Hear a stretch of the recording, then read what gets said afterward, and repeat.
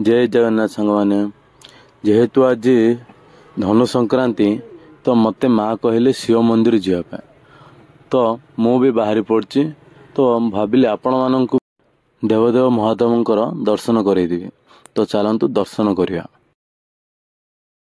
तो सांग मैंने आपण मैंने देखिपे मु बर्तमान मंदिर में पहुंची जाइए भीतर को जाऊँगी तो चलतु केमी कौन पूजा हो सब देखा।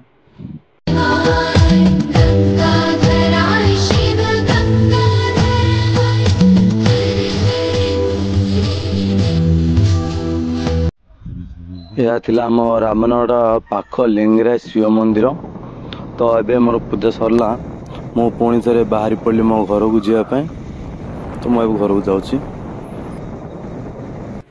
तो सांग मैंने मु आज जाना पाइली कि डिस्ट्रिक्ट लेवल साइंस एग्जीबिशन चलती तो मु कहली मो सांग मानू चलो देखी आसवा विभिन्न प्रकार प्रोजेक्ट सब। तो आम ए बर्तमान पहुँची जाइछुनी ये देखो तो स्कूल पिला सब देखिए आसते।